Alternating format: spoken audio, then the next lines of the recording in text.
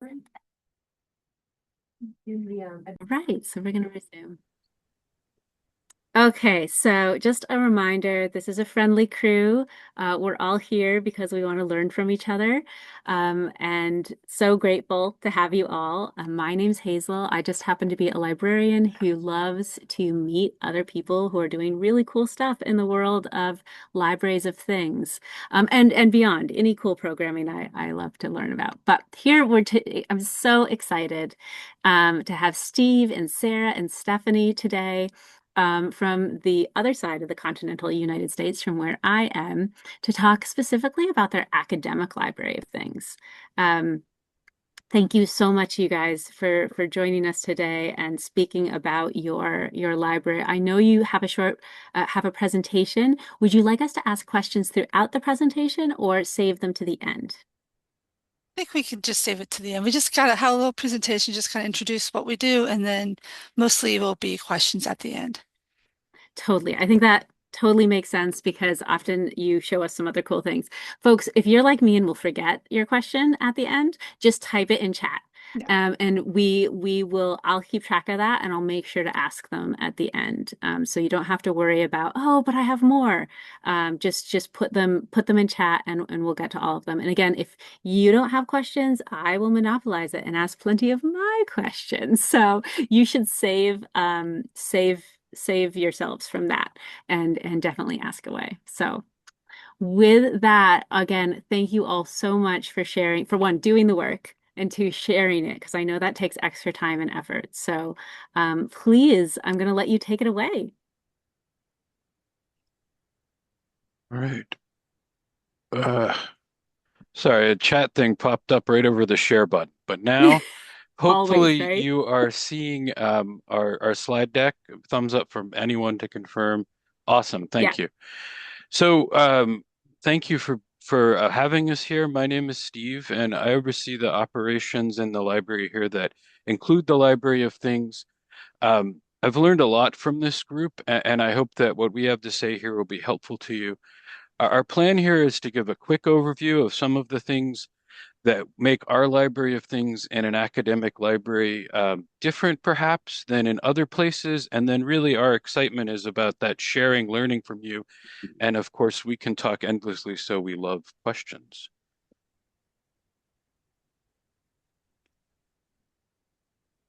Yeah. So we can introduce ourselves, and I'm Sarah, and I do the kind of the general, uh, all the small equipment, all the odds and ends of library things, all the kits and passes and calculators and all the other equipment. And then Stephanie will Hi, introduce herself. Stephanie. I'm the coordinator of the laptop collection, hotspot collection, and 3D printing. So yes, our library things is a little different than I think a lot of the sessions I've been to through the mutual aid societies, mostly public libraries, which I learned so much. But with our library things, we have to tie it into the university's mission. And so it's a little bit different. So one of our main focuses is just removing barriers, which we all do. But we also try to reduce the financial burden of college, which is a huge part of us.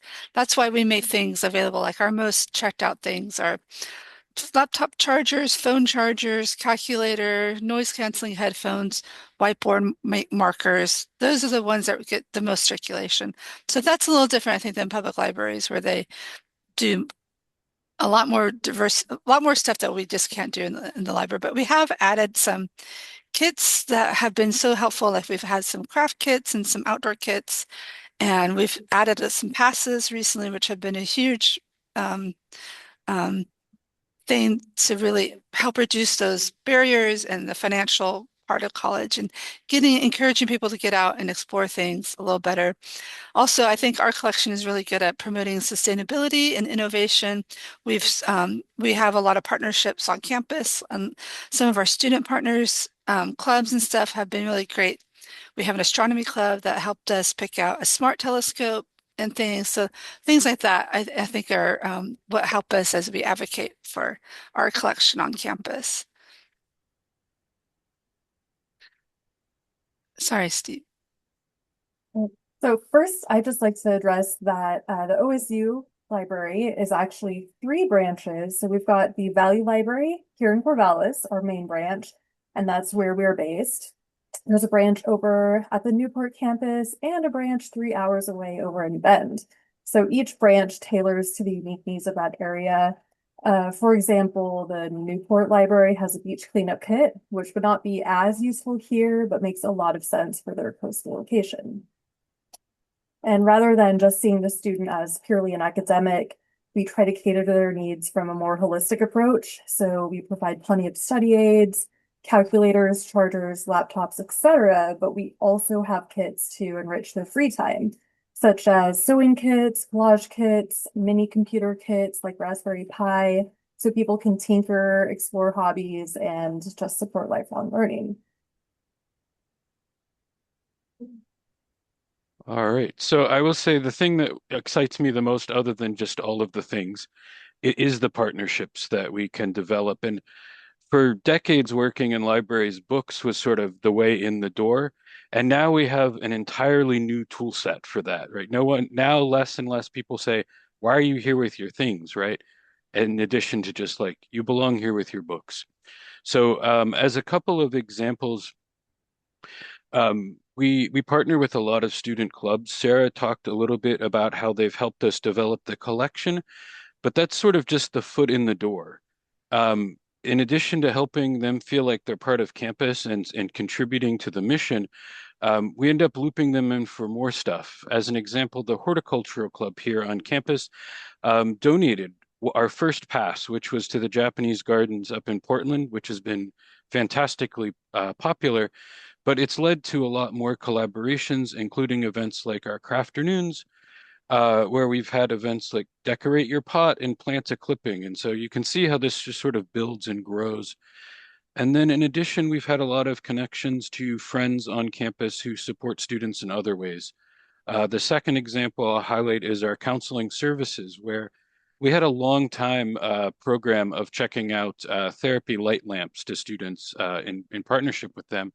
But it's really matured a lot under Sarah's guidance into, in addition to many other things, one of our most popular regular events that's titled Calm Week that we hold during midterms weeks. Finals is sort of where everyone focuses on helping students and their needs. And so they've sort of clued in on this time when it's still possible to make changes to make finals less stressful. So I think in addition to being a unique time, it's a good time for people to get that help. And we set up the whole library with craft events, workshops, and even a mini mind spa rooms where students can go to rest and relax. I'm going to show you yet another slide with some of our other partnerships, but we're not going to talk a lot about them right now unless you have questions later. And take it away. Oh, Stephanie, you're muted, sorry. Thank you. I would have just kept going. So we promote the library things through a few different avenues. So you'll often see us out outreach events, tabling both away from and within the library. And then we've evolved from having a binder at the table to flip through to a library of things menu that's in a bit of a pamphlet form. So the pamphlets are available both at the tabling events, and then they can always be found here at our borrowing and information desk. I believe we have a copy of it online as well, but it's in a slightly different format online. Then we also often hold petting zoos at events and here at the library where patrons can come up to the tables. We've got them set up so folks can take a look at our items, flip through the equipment, and just see it all in person. So often we hear that folks are really pleasantly surprised at the huge variety that we offer. And it's stuff that they never even thought that we would have. So it's a great outreach opportunity.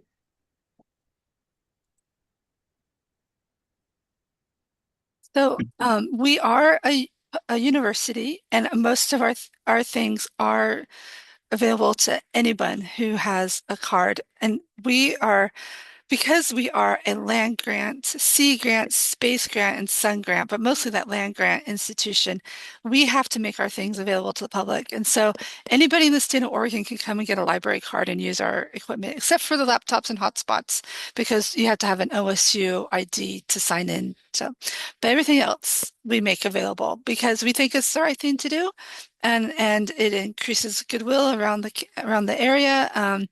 It helps people who might not have. Somebody wanted to learn how to program and they checked out a Raspberry Pi first before they wanted to buy it. So it was a great example of letting them use the things before they wanted to make the commitment to buy it. And it deepens our relationship with our public library. Steve in our last one of our other slides about our partnerships with the public library. So like we often refer people to the public library. We're nice that they're just the Corvallis-Benton County Public Library is just about a mile away from us. Um, and so like we don't have the best fiction collection, unfortunately, but we often refer them to the public library. And they make their cards available for anyone who studies or works or has anything to do in the Benton County, which is really nice. And so we just make that reciprocal privilege for on campus too, which is it's nice to have so much back and forth with our public library. And yeah, so that's why we make it available to the public, and we really like that people from the area can come and use our things also. And I'll chime in and add Yeah, that they're conveniently just a mile away down the street here. So works that's a out well. huge help. We can Yeah, just kind of pass people back and forth if need be. yeah. We'll go on talk a little bit just briefly about our storage because I know that everybody has questions about storage. So when we remodeled our space, we started this slat wall, which was a huge help. We like that it's so flexible. We can move things around as we need to. It's easy to grab things. Our pile of calculators and stuff, they're easy to grab and check out to students and patrons. We have the black thing on the left side is our study room e-cards, but that's actually something we're going to be doing away with this next academic year because we're trying to simplify our processes. So that's going to be a huge, huge bonus. Then like we also have like our therapy lamps on the top left there, and yeah, just a great way to have our flexible storage. That slat wall was a game changer for us. Yes, Steve, we can go to the next slide. And we also have these credenzas all over the place in our back office and stuff. Those really help to have storage available on both sides and easy to grab at the desk there. And then if you want to keep going, Steve, yes. Yeah, so just behind that last picture of the credenza were our laptop carts. So here they are. We have 5 fairly large laptop carts to hold our 180 laptops that we loan out. It's convenient because they power the laptops and it's a great way to keep them organized.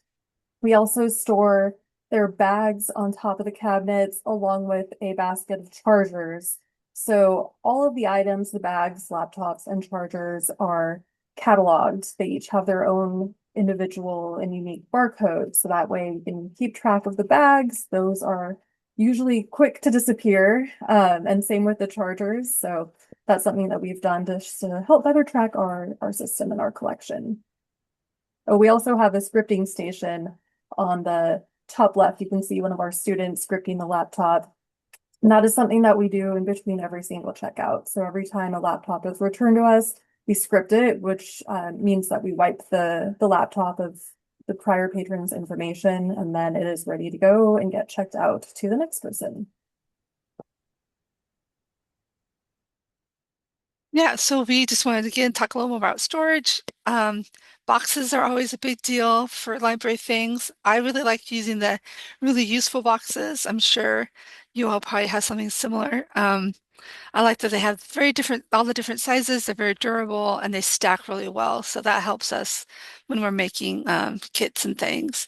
The art bin boxes are also really great for kits, especially the craft kits. They have a nice little handle on the side and they're very durable and stack. Stacking is very important when you don't have a lot of space.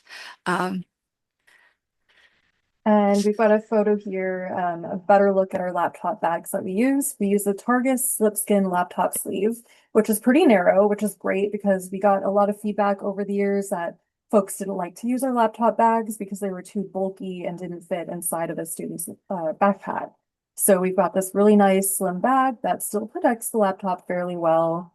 And another bonus is that we can order them in bulk directly through Targus, which saves us a few dollars per bag, which really adds up, especially with a collection of this size. Mm. And then we've got board games as well. So we have over 400 board games in our collection. You can see from the slide here, we've got a credenza of board games. So just double that, and then that represents our collection. This is all behind the borrowing and information desk, just to help keep them better organized. And we have a little display behind the desk as well. But if somebody wanted to check out a board game, we have a placard system that's out in the lobby. So if you imagine a record store, or it's pretty similar to if you were at a Costco and you wanted to get a pair of headphones, expensive headphones. They don't actually have them out. They just have a card that represents the headphones that you pick out and then you take to the cashier. So our placard system has all of the available board games in organized bins out in the lobby. Folks can flip through those, grab the placard of the board game or several board games that they should check out at a time, bring that up to the desk, and then we'll go fetch the board games from our credenza and check them out to them. Once they're checked out, we have a storage system on our back end of the alphabetized placards that represents all of the board games that have been checked out. So we audit those every week just to make sure we didn't miss any. And if we did, we'll put them back out in the lobby. And then we also audit our board games once they return to us. So that's why we've got this picture of our big, beautiful scale. This is very accurate. It's down to the gram. So that is how we keep track of all of the pieces within the board games. If a board game is a gram or two off weight, then that's an indication that we need to dive through the whole board game, count the pieces, and make sure nothing's missing. And if it is missing, we have 3D printing here, so we can often print little replacement pieces or custom cuts, print and cut cards if they're missing cards and things like that.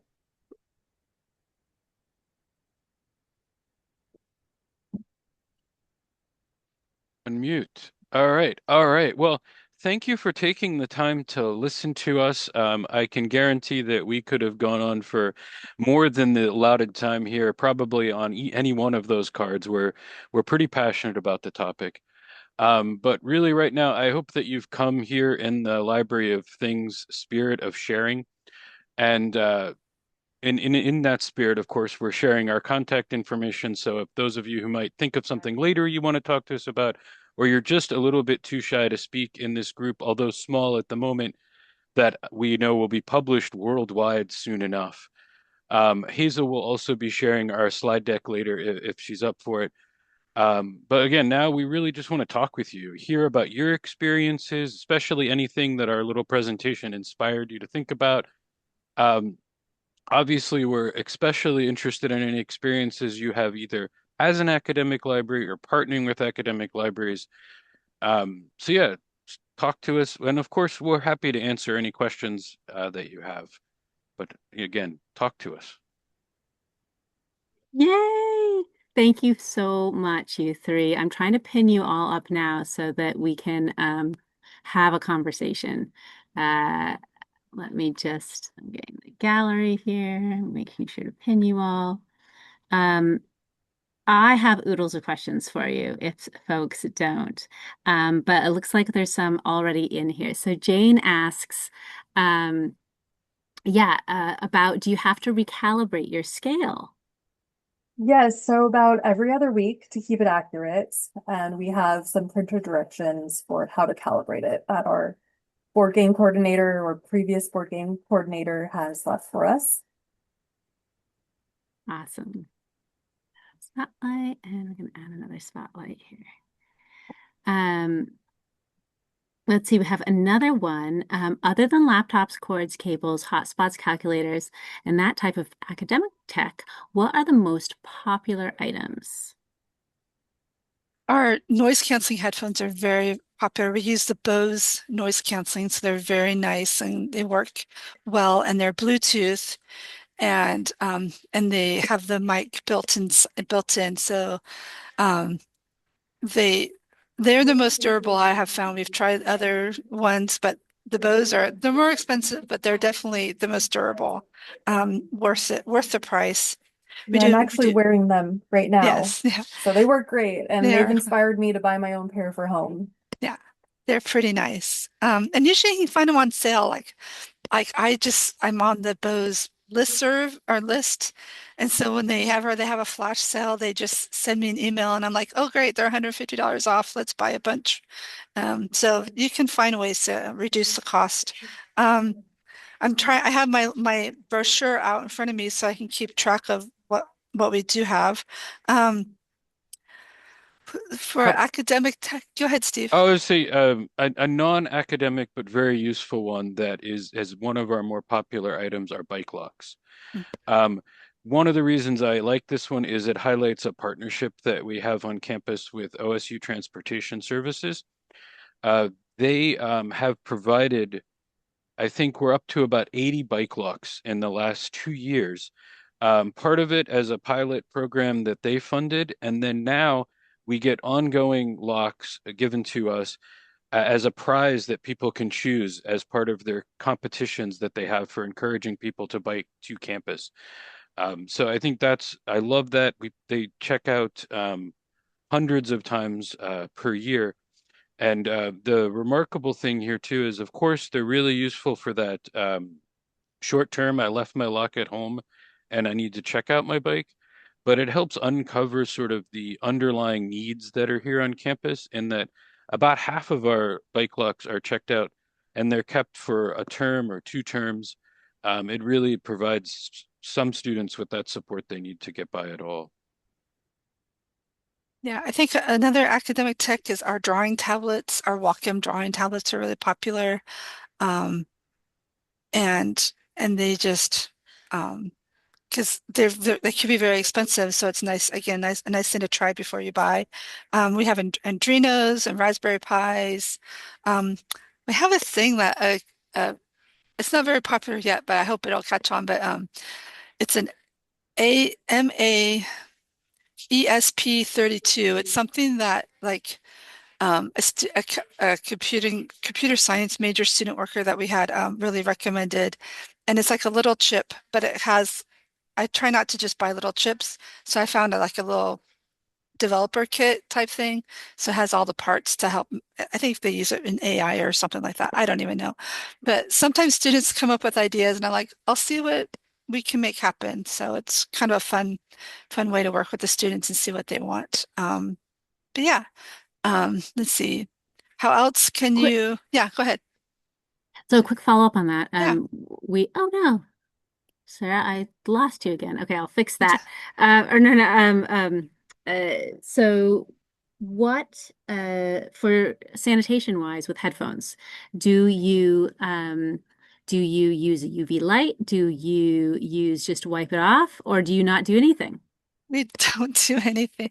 We do provide little alcohol wipes in our laptop bags and in um the headphone bags, headphone cases. I mean, I when they get checked in, you know, the student worker will just do a quick look over and then get it back out to circulate. We do like charge them once. We have a thing that we charge. Every few days, but mostly the patrons just take care of it. I mean, and if it's beyond repair, they will get charged for it. So we don't have any late fees. We don't have any, yeah, no overdue fees or anything like that. But if it's beyond damage and if they're missing them, they do get charged for it. So, um, but, um, but yeah, we don't do any kind of in between uses because headphones check out for about 6 hours at a time. So it would take a huge part of our day to just maintain the cleanliness.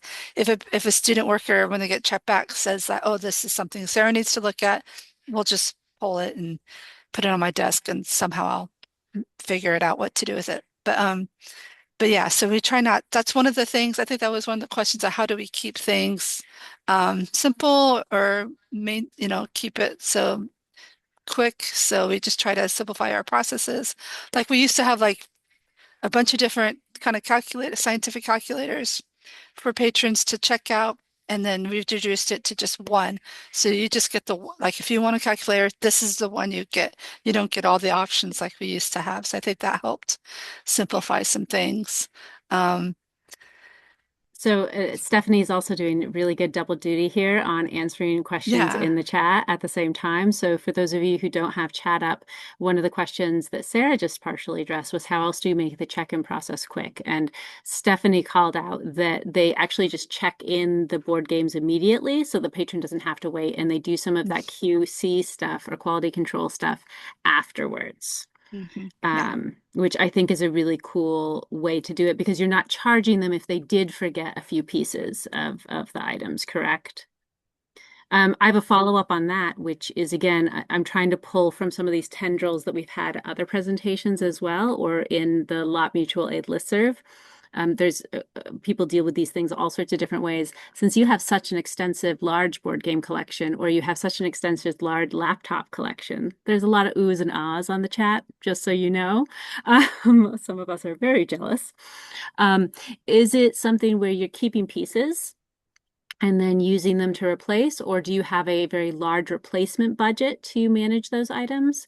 Or or are you constantly buying new things? Can you talk to us a little bit about that maintenance aspect? Yeah, I can definitely speak on the maintenance aspects.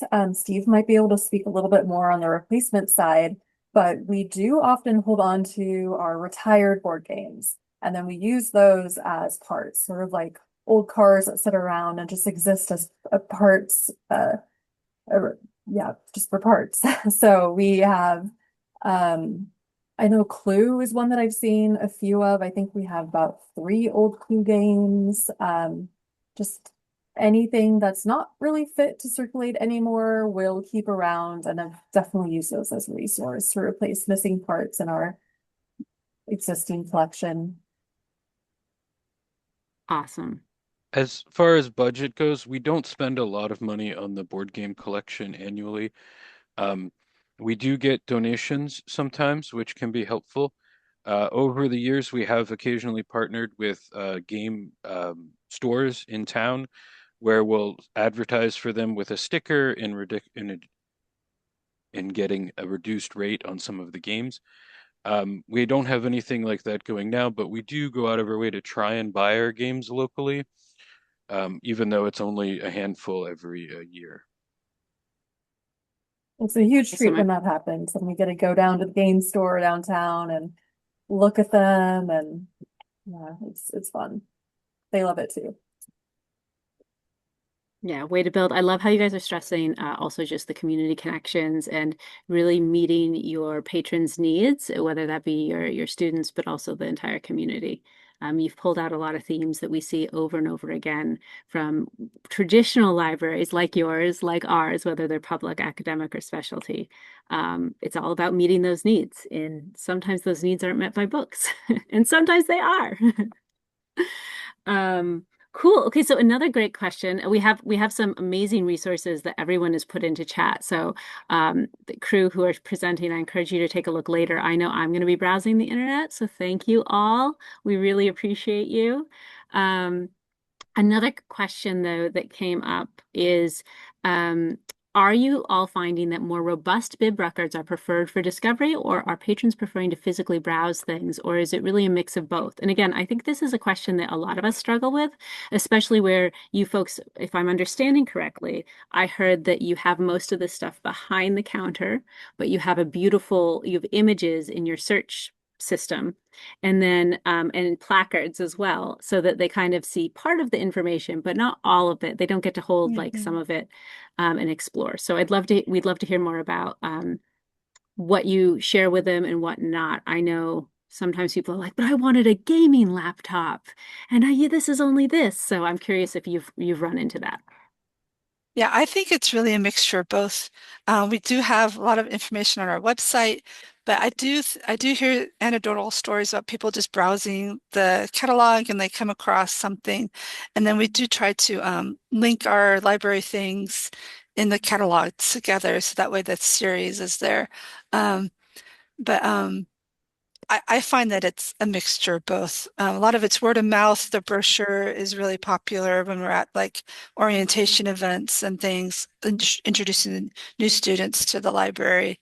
Um, yeah, I Makes like sense. having a robust bib record, especially for kits and things that are more complicated. Calculators don't really need that much information, but like all the pieces and what to do with a kit, I think is really helpful.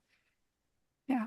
And since we got our slat wall up, depending what side of the borrowing and information desk you approach it at, you have a really beautiful view of the slat wall and all of the items on it. So we'll have some people just stop and stare at it and, oh, that's really cool. And then they ask, oh, can we come back here? And we'll say, no, but you can just point and let us know or describe what it is you're looking for. Same with the board games. It has improved quite a bit since we got the placard system. We don't have as many people trying to come back behind the desk to come grab a board game. But it is still very visible from the desk. So it does inspire people to check out board games because they see that and then they want to know more about it and how they can access them. Yeah, I wanted to I say love that. thank you. Sorry, I wanted to say thank you to Kitty Bowler on chat, who's part of our Gwyn. Gwyn is the Gwyn Library at OSU is part of the as a branch for us, and it's on the coast, it's on the Oregon coast, and so she is really great about making their items discoverable on their website too, and their catalog. She's also really helping us getting those little icons into Alma. Alma is our collection, our library maintenance software. So she's been very helpful at getting all that discoverability out there and trying new things, which is really helpful. Thank you, Yeah. Sarah. That's too nice. Yeah. You're the best, Katie. Yeah, we love working with Katie over in Newport, Oregon. If you're ever in Newport, come say hi to Katie. And It it's a beautiful town. So yeah. I had already found that website. I was like, ooh, yay. So yeah, kudos from me as well. That was super cool. Do you store anything front of house? And if so, do you try to keep it an eye shot of the desk? Or No. have you not gotten No. there yet? None Yeah, of our no. circulating things are kept on the other side of the desk. That being said, we do keep a lot of things on the other side of the desk that feel Library of Things related or that are highly in demand from our Library of Things. We've got a puzzle table going all the time. It still shocks me that something I think of as old-fashioned for my grandmother is so popular with younger folks today. My generation, I think, mostly skipped that, but or maybe it was just me. The chess set is very popular. It's always out there. One of we've even got a giant Connect 4, which is really great when we have younger folks in the library, but even ones that aren't so young like the opportunity to make a little bit of noise. Um, but I would say the most significant has been in sort of crafting supplies. And Sarah's sort of spearheaded this, but we now have all sorts of crafting supplies right out there for people to use without having to talk with us. I got that idea from Katie about just keeping a little caddy on the tables, on some of our tables, and just keeping it full of markers and colored pencils and some coloring sheets, so there people can just grab things and take a little break if they want to. Also, we have, I guess, kind of a library things adjacent. We do have this last year we started a little children's room area, and so we did make available like Duplos and Lincoln Logs and some coloring pages, specific children's coloring books and things, some little manipulatives for children to use while their parents are studying, and that's in addition to it. We have a separate student parent study room, so that's kind of an additional children's area, but it's fun to see the children out in an academic library. So This is so cool. Okay, so I have a question for you. Well, I have many, but we'll start with one while I wait for the other ones to populate more. Is so open access to resources. You guys have talked a lot about this, and obviously it's key. Just everything in your presentation says it. A lot of academic libraries, as well as like, for example, my public library. A lot of us are trying to source, open source textbooks. Mm. Um, have you done that in your computer software as well? Are your laptops filled with software that they need for specific classes, or are you doing kind of the open source versions of OpenOffice and and Word and things like that? Because that's something we've experimented with here. I'd like to experiment more. I'm currently running Linux, but not the rest of the place isn't. So anyway, I'd love to know what you folks do. Well, we have an awesome partnership with our university IT. That's who we work with to build the image. But Yeah. really, the inspiration for the image comes from feedback from our students over the years. So if we hear that there are a lot of students needing ArcGIS, then we'll make sure that that is on the image. We do try to prioritize more open source programs. I know we use a lot of open source for our 3D printing. So that's something that we encourage patrons to use when they're designing their 3D printing. But it's a little bit of both. Like we do still rely quite heavily on Microsoft. So we have the Microsoft Suite available on our laptops. We're running Windows 11. But it is a little bit of a balance of both. I mean, both we try to install programs that do have a paywall. So that way folks who just need the program can loan the laptop and have access to that software. But we also have some open source software on the laptop. So if somebody simply needs a laptop, then they can just check out the laptop and use whatever programs they need that day or that week. Super cool. That's great to hear. Do you have anything on your computers that you could also share? So for example, you mentioned wiping the computers and things, which I think is something that we all do a lot of at if we lend Chromebooks or something. If you had any resources like that that would be like, okay, this is our training that we provide staff to do this, if it's more widely applicable than beyond your university, which I recognize again with your IT, it may just be your university. But that's the other type of stuff. We love sharing that type of, oh, this is the maintenance thing we do on the Lot Mutual Aid group. So I'm just going to put that out there to all three of you in case, and all of you, all of you folks, if you have something like that, even if you're like, oh, well, this is pretty general, you guys might want to use something similar. That's something that could save someone else a bunch of steps when they're developing it. So feel free to share. We have some really cool stuff coming up in chat right now, just so you all know. If any of you missed it, Steve put up a great thing to the family resources link. I will be checking that out later. And Katie added in a really cool picture of something from the smart cabinets from the Library of Things UK. If you're interested in cabinets, there's actually a current chat on the Lot Mutual Aid group, which is just talking about lockers. And I referred folks also to Anna's presentation that is really interesting. The hack old IKEA cabinets, or you could buy a brand new cabinet if you want. And you can just buy the software and you can use your phone and check in and check out Library of Things items. So Reykjavik Library does it in Iceland, and there's a few others. And of course, there's other software as well out there. But that's just one more option. Also some great information about software and laptops. Steve, thank you. You are so quick. I was trying to be as cool as you and put those things up, but before I even got my browser up, you're going. You're hired. I want you with me all the time. That's great. Everyone So needs a roadie. Yeah, I have a 100%. question.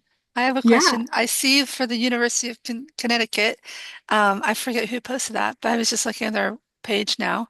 How do you keep the kites and chairs, maintain those? We have outdoor blankets to be used like in our quad out here, but we don't have, we do have the College of Forestry does like check out their own chairs or something, but we haven't done chairs ourselves. How do you maintain those chairs and kites? I'm curious. Oh, no one's borrowed the kites yet. Okay. So I can talk. We lend both of those items. And Okay. I don't know if you folks have done a repair cafe yet. But if you We have a student haven't, group that does it, but we don't do it in the library. Not yet, but yeah, we don't do it in the well, library. you could probably partner with that repair group, your Hmm. student group that does We're it. working And on, yeah. then, yeah. And so we now have specifically repair cafes in our community, but as well as my colleague John really helped start them in our community. And so now he works less and our patrons get repair more. So our patrons now can go to a repair cafe every month. And then because we partner with so many organizations in our community in neighboring towns and things. And then we also have specific days where we have a repair cafe just for Library of Things items. So it's pretty, not that John and I don't do our fair share of just standard repair anyway, but that really reduces our workload. Really. Yeah. Um, and it's a fun time. Um,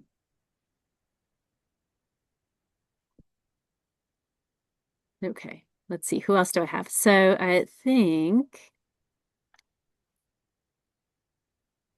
Oh, so if you're interested in repair cafes, we also have kind of some support on the Library of Things mutual aid listserv for that too. So there, if you just look up repair, you'll see a bunch of threads on that and some folks, some ways to help identify people. So it's worth potentially checking that as well.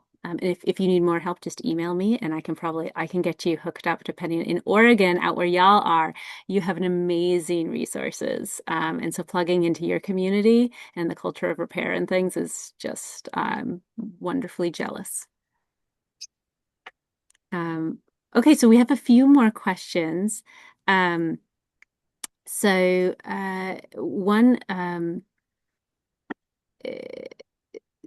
Yes. love how you're kind of collaborating with so many other folks, throughout the your area. Are there certain things that you're getting that are just requested by students that, other than the ones you mentioned that you're trying that maybe haven't worked? Like, have you gone down the VR path, for example?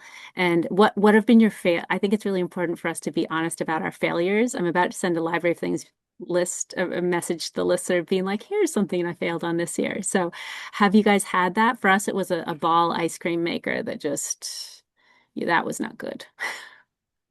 We have been asked a lot about VR, and I haven't done it because, from what I understand, is that you have to wipe them each time like you do a laptop. And we have a hard time just keeping up with the laptops that I don't want to add another um, thing to have to wipe a lot. We have some digital cameras. We also wipe the SD cards, but that's a pretty easy thing. So I haven't done VR. We're fortunate enough in our library that we have, it's not part of the library, but it's in the library building. We have a thing called Media Hub, which is available for students to use for their classes and assignments and things. So like they have the more complicated equipment like cameras and and like videography and like much more complicated things than luckily we can just have some of thanks Stephanie posted a link to our media hub. It's part of the student technology whatever department in the university. um, and so we haven't they have like a couple, and when I talked to the manager she was like, don't do it, Sarah. So I'm like, okay, that's easy. I'm not going to go that route. But yeah, we have thought about purchasing cardboard VR goggles with your phone. Thing is, though, I mean, I hate to brag, but we have some really smart students that we're mostly an engineering kind of university.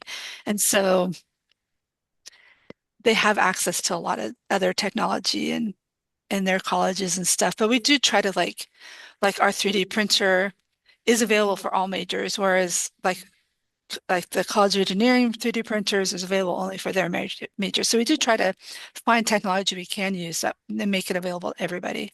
Um, so it's a little different environment on being on a university than other places. So, but yes, Stephanie, do you want to say something about that or Uh, uh, really just more of the same. I've heard that it can be a privacy nightmare and also a bit of an expense. So I know the software is very expensive and they're just a little more difficult to maintain. I believe Media Hub has just a handful on course reserves just for folks taking the new media communications courses that requires the VR. And even that course, I think that they were discontinuing it. Todd Kesterson is who ran that class and also published a paper on, I think, the failure of the VR lending. So I can try to dig that up in a couple minutes and post it in here if anyone's interested in reading more about it. Yeah, well, I was just using that as an example because I know it's something that folks have struggled with. Drones is another one that folks We have kind of haven't done struggled drones. with, right? Yeah, exactly. And I didn't see either of those, so I was just curious. I was like, I bet they've been asked. I'm curious what they decided and why, which is always cool. Um, I had But another question. for what it's worth, on the failure lens, Yeah. I think we try not to be too extravagant. Like I think sometimes a library mindset is let's create this perfect thing that everyone's going to want. And instead we try and be incremental about things. And of course, part of that's because of our limited budget. Um, but we do, to me, the biggest failures are probably the things that don't come back. Like we're and like so some of our basic stuff we have to replace what like 150 calculators or so a year that don't come back and that and to me that's like an inconvenience and not great. I worry more about the people that check out some of our more expensive things and then don't return them. There often seems to be like a big overlap in the Venn diagram between can't afford to pay for this and doesn't bring it back and something happens to it. And so, figuring out that is something I feel like we failed at. We haven't really figured out how to crack that very well. Um, the other things where you get something that nobody really uses, it's not a huge failure when you've bought one of them, which is helpful.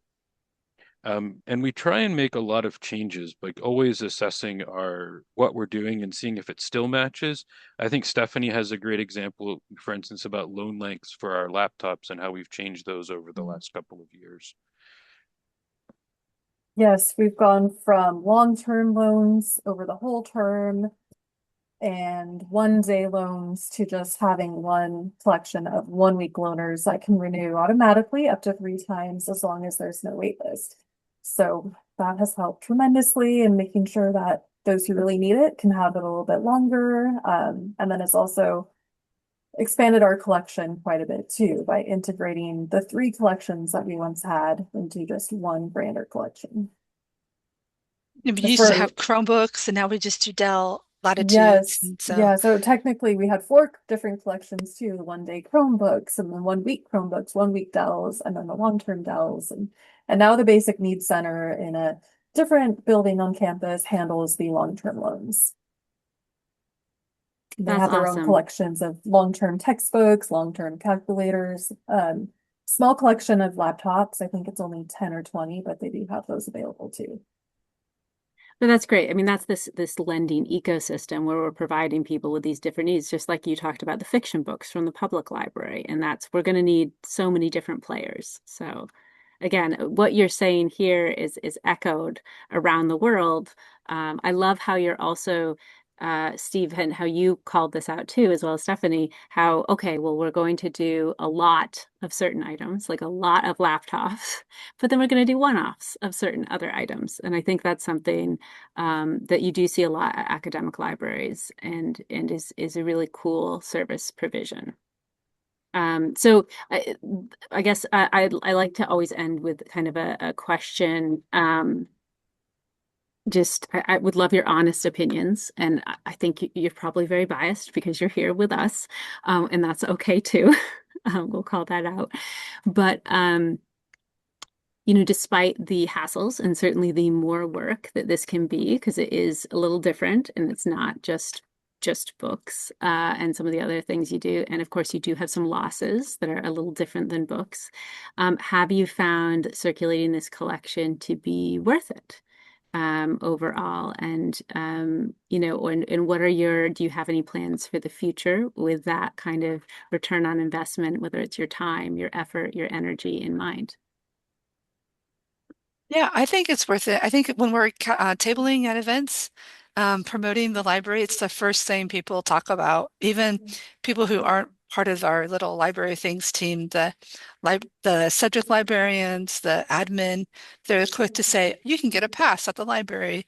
You can check out your calculator. I mean, it's a great way to really promote the library as a whole. And I think Steve was great at pointing this out to us one time.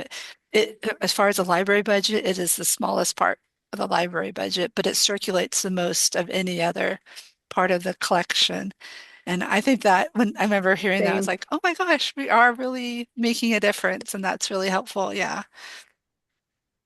And Steve and Stephanie, if you want to, is there anything you want to say about that? Or we're doing awesome. I love it. Feel like we're pushing kind of the boundaries of what a library, especially academic libraries, can be really insular and stuff. And I feel like we're really kind of pushing it out there, which is fun. So And I feel like it brings more people into the library too. They might come in for a fun item and then see some of our book displays and find somewhere new to study. And that's a great way to get more folks in through the doors.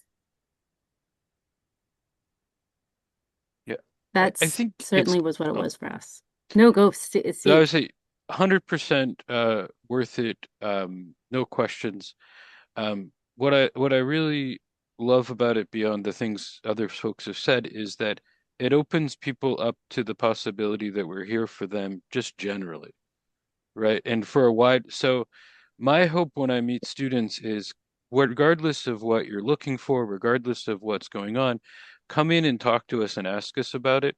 I mean, I think we all that work in libraries think of ourselves as experts at referrals and experts at finding information, right? So sometimes they might come in looking for something and they get surprised that we can help them, whether it's a calculator or lately since AI has become so in the gestalt, note cards have become remarkably important for students, where they used to make up notes that they would then trim out of paper, and I would spend all of my time helping them figure out how small the print could be.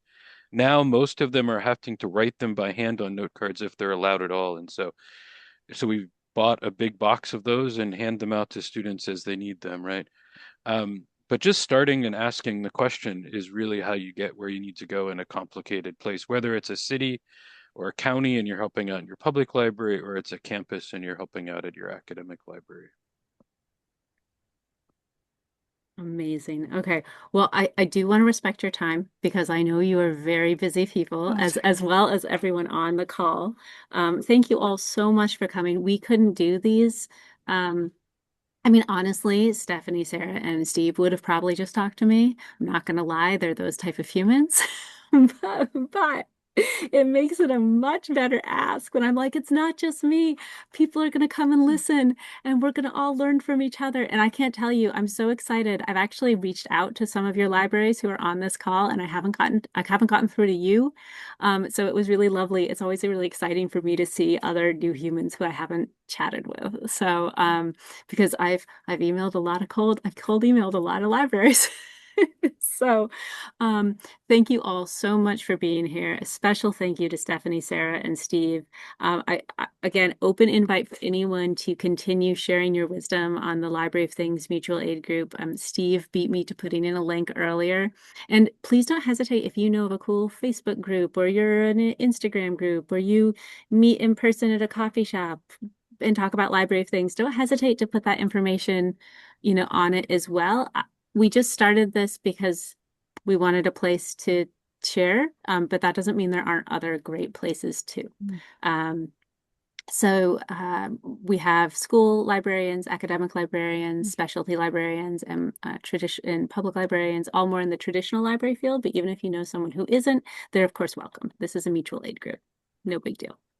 So thank you so much, thank you for West hosting, Coasties. Hazel. Thank Thank you. you. And I learned a bunch, and I'm going to be reaching out to you again about some cool potential collaborations, and really, really grateful for you all. Thank you. Have a great day. Yay. Hope to hear from you all soon. Right back at you. Come visit our site, and I'll come visit you. Ditto. Yay. Bye. Bye.